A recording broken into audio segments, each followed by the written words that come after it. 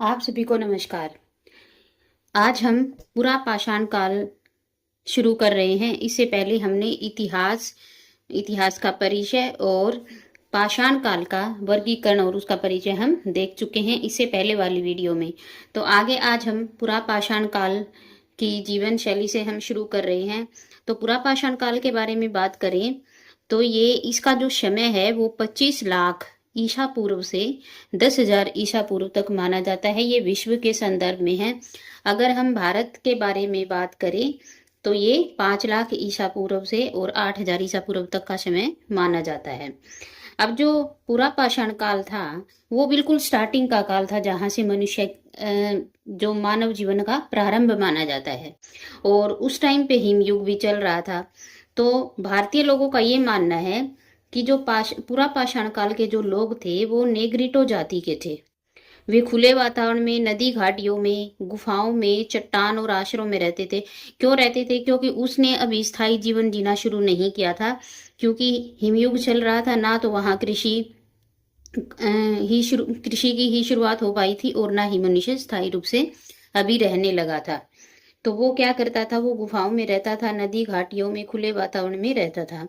और ये क्या करते थे? ये भोजन संग्रह करता थे, यानी ये पेड़ों से जो कंद मूल हैं उनको इकट्ठा करते थे। पशुओं का शिकार करते थे, जंगली फल सब्जियां और शिकार वगैरह करके ही ये अपना जीवन का निर्वाह करते थे। बाद में नवपाषाण काल में भोजन उत्पादक बन गया था मानव, क्योंकि नवपाषाण काल में कृषि का आरंभ हो गया था। और बाद में जब कृषि का आरंभ हुआ तभी उसने मिट्टी के बर्तनों और जो कृषि है उसके बारे में हमें आगे साक्ष्य मिलते हैं। अभी इनको कृषि का कोई ज्ञान नहीं था, मिट्टी के बर्तनों का इनको कोई ज्ञान नहीं था, क्योंकि मिट्टी के बर्तनों का ज्ञान तब होगा जब मनुष्य स्टोर करने के लिए जो कृषि का अधिशेष है उसको स्टोर करने के लिए बाद में उसने मिट्टी के बर्तन बनाने स्टार्ट किए थे नवपाषाण काल में। और बाद के चरणों में वो आग की खोज करेगा। अभी पूरा पाषाण काल में मनुष्य ने जो है इनकी खोज नहीं की थी, यानी ये बिल्कुल स्टार्टिंग का समय था। जो पाषाण युग था मनुष्य का, उसमें उपकरण कैसे थे?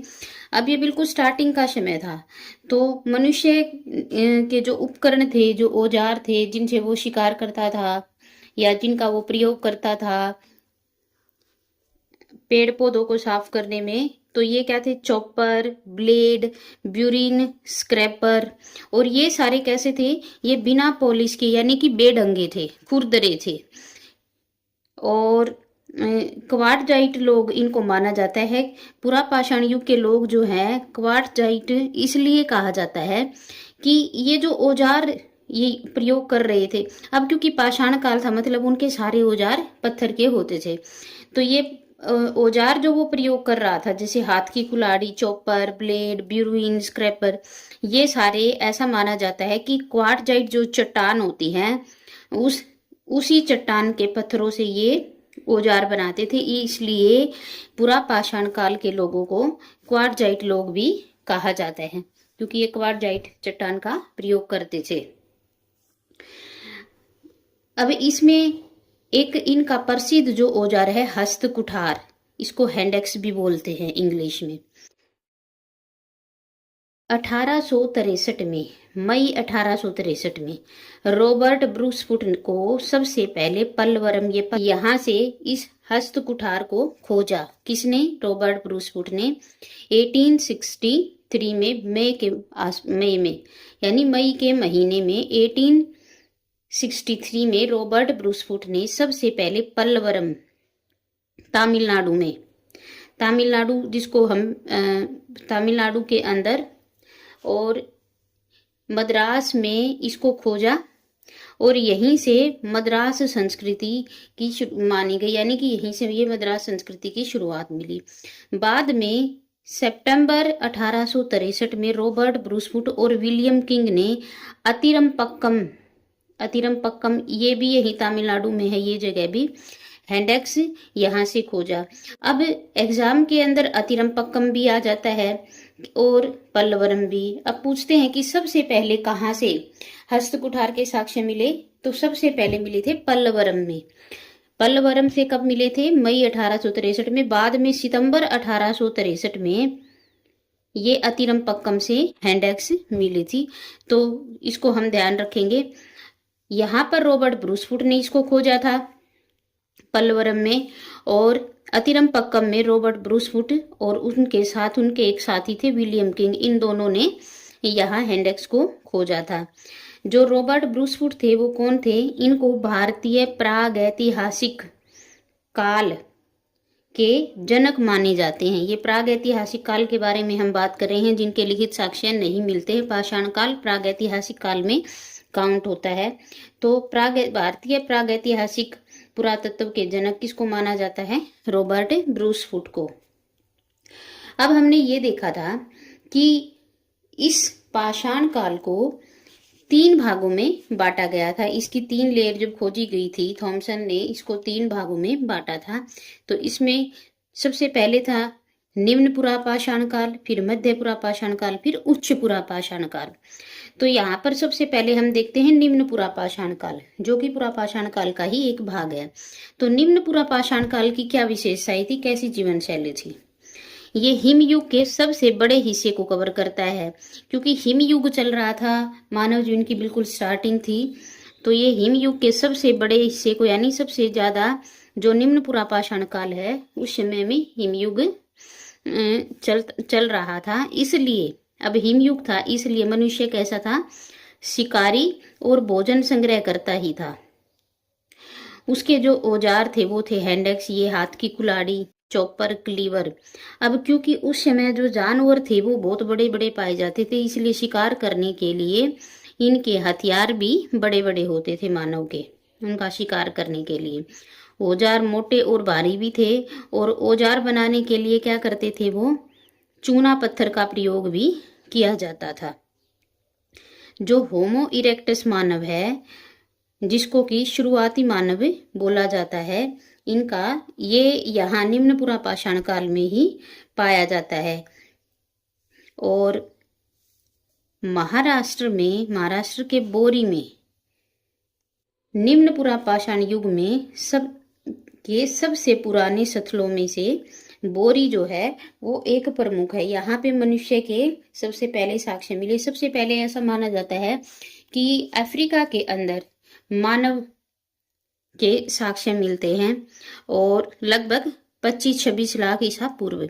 फिर महाराष्ट्र के बोरी में, यहाँ पर वो अफ्रीका के ट्रांसवाल से महाराष्ट्र के बोरी में मनुष्य निम्न पुरापाषाण काल में यहाँ पे आए, और यहाँ पे उनके साक्ष्य मिले लगभग कब? 14 लाख ईसा पूर्व। अब वो यहाँ क्यों आया, इतनी दूर क्यों आया अफ्रीका से? क्योंकि मनुष्य उस टाइम पे कैसा था? घुमंतु था। वो भोजन की तलाश में घूमता रहता था, पशुओं के वो पीछे पीछे घूमता रहता था। तो पशुओं का शिकार करने के लिए हो सकता है कि उनके पीछे पीछे वो यहाँ तक आया हो। तो ये इंपॉर्टेंट साइट है कि महाराष्ट्र के बोरी में निम्न पुरापाषाण काल के सबसे पुराने स्थलों में से ये एक है, जहाँ पे मानव के साक्ष्य मिले। जो दूसरी ओर इसके जो निम्न पुरापाषाण कालीन स्थल हैं वो है सोहन घाटी, जो वर्तमान में पाकिस्तान में है। फिर कश्मीर से भी निम्न पुरापाषाण काल के साक्ष्य मिले हैं। फिर मेवाड़ के मैदान हैं, गुजरात के अंदर, सौराष्ट्र में, मध्य भारत के अंदर है दक्कन का पठार, कावेरी नदी के उत्तर में, और यूपी में है बेलन घाटी। ये क्या है? ये निम्न पुरापाषाण कालीन स्थल हैं। इनमें जो हमने मनुष्य की विशेषताएं हमें पता चली, वो विभिन्न भागों में अलग अलग समय पे प्रकट हुई थी। ये पेपर में पूछा गया है, क्या वो एक साथ मिली थी या वो अलग अलग मिली थी? क्योंकि सभी के बारे में, जैसे अभी हम हड़प्पा के बारे में देखते हैं कि उनकी आज भी स्थलों की खुदाई हो रही है, और उनके बारे में हमें पता चलता जा रहा है। ये नहीं है कि एक साथ सभी की खुदाई हो गई थी। तो इसी तरीके से ये जो स्थल हैं, ये अलग अलग भागों में इनकी जो विशेषताएं हैं, इनके बारे में जो पता चला वो अलग अलग समय में पता चला था। अब इसमें जो मेन है पाषाण काल के साक्ष्यों में जो प्रमुख स्थल हैं, इसमें एक है भीमबेटका। भीमबेटका कहाँ पे है? मध्य प्रदेश के अंदर। यहाँ से तीनों कालों के माना जाता है कि यहाँ पर पुरापाषाण काल, पुरापाषाण काल के उच्च पुरापाषाण काल, मध्य पुरापाषाण काल और निम्न पुरापाषाण काल, तीनों के बारे में क्रमिक विकास का यहाँ से पता चलता है। यानी कि क्रमिक विकास यहाँ से देखने को मिलता है भीमबेटका से। ऐसे माना जाता है कि जो शैलाश्रय है, यानी कि जो लोग गुफाओं में रहते थे, जो मानव गुफाओं में रहते थे, तो उनके 750 से भी अधिक गुफाएं यहाँ पर मिली हैं। और गुफाओं के अंदर क्या है, शैल चित्र भी मिले हैं। मनुष्य जो यहाँ रहते थे वो गुफाओं में जो है अलग अलग तरह के चित्र बना देते थे, तो शैल चित्र भी मिले हैं। उसके बाद है बेलन घाटी। ये यूपी के अंदर प्रयागराज, आज के दिन प्रयागराज, पहले इलाहाबाद इसका नाम था, और मिर्जापुर जिले में है बेलन घाटी। यहाँ से भी पुरापाषाण काल, मध्य पाषाण काल और नवपाषाण काल, तीनों के क्रमिक विकास देखने को मिलते हैं। भीमबेटका से क्या देखेंगे, पुरापाषाण काल को हमने 3 भागों में बांटा था, निम्न पुरापाषाण काल, मध्य पुरापाषाण काल और उच्च पुरापाषाण काल। इन तीनों का क्रमिक विकास देखने को मिलता है भीमबेटका से।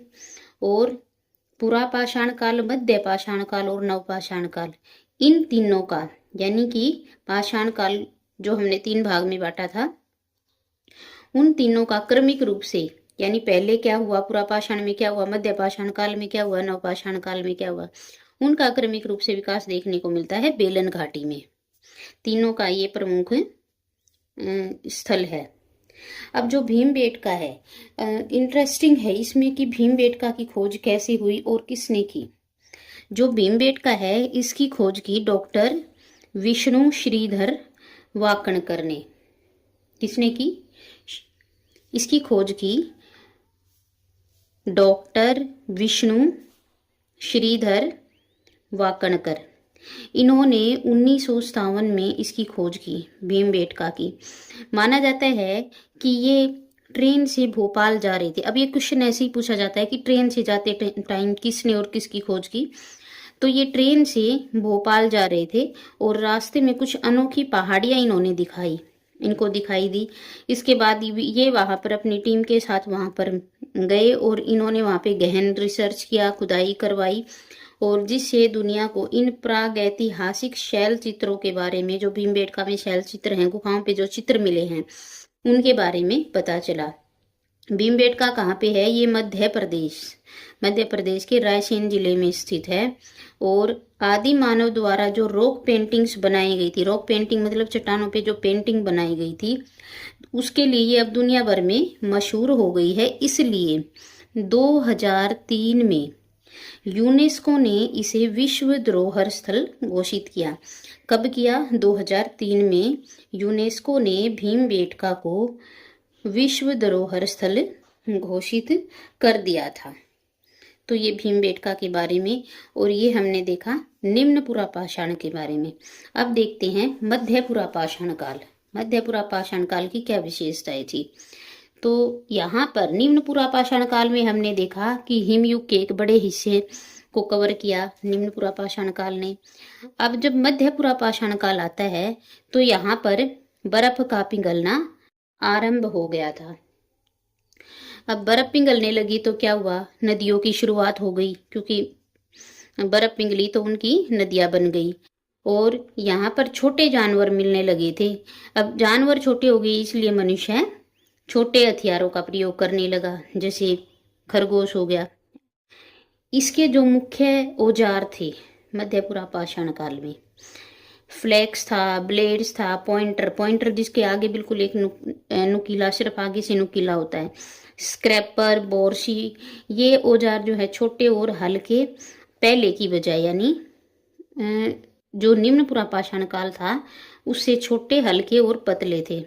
अब हाथ की कुल्हाड़ी, हैंड एक्स जो हमने देखा, इसमें देखा था हमने, जो कि निम्न पुरापाषाण काल में थी हाथ की कुल्हाड़ी, उसके प्रयोग में अब कमी आई थी। निम्न पुरापाषाण काल में जानवर बड़े होते थे, इसलिए लोग समूह में शिकार करते थे।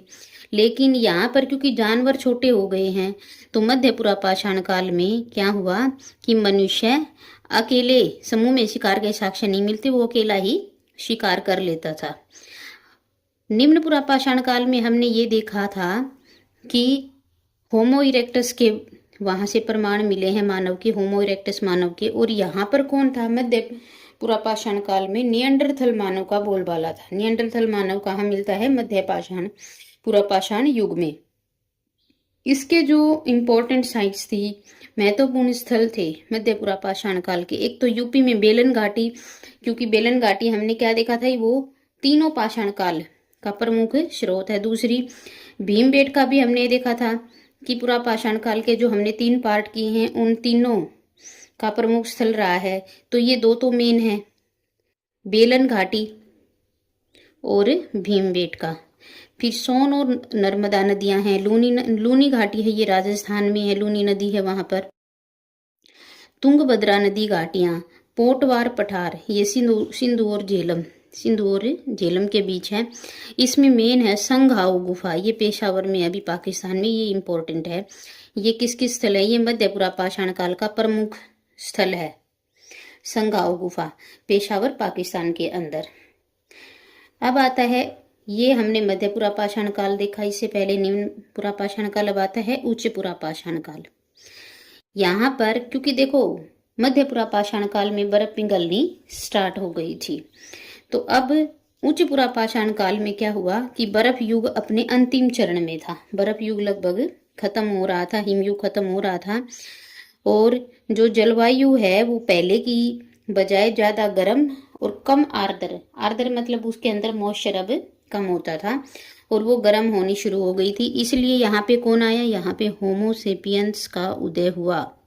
होमोसेपियंस को क्या माना जाता है कि होमोसेपियंस के अंदर थिंकिंग एबिलिटी होती है, इसको सबसे बुद्धिमान मनुष्य माना जाता है। तो इसका उद्भव कहाँ देखने को मिलता है?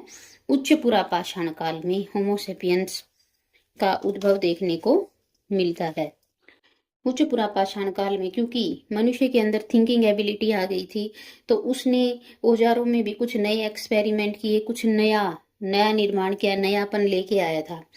इसलिए औजारों के निर्माण में नयापन आया और अभिव्यक्ति के लिए मनुष्य ने चित्रकला का विकास किया, क्योंकि अब मनुष्य अपने विचार दूसरे तक शेयर करने के लिए उसको कुछ ना कुछ माध्यम चाहिए था।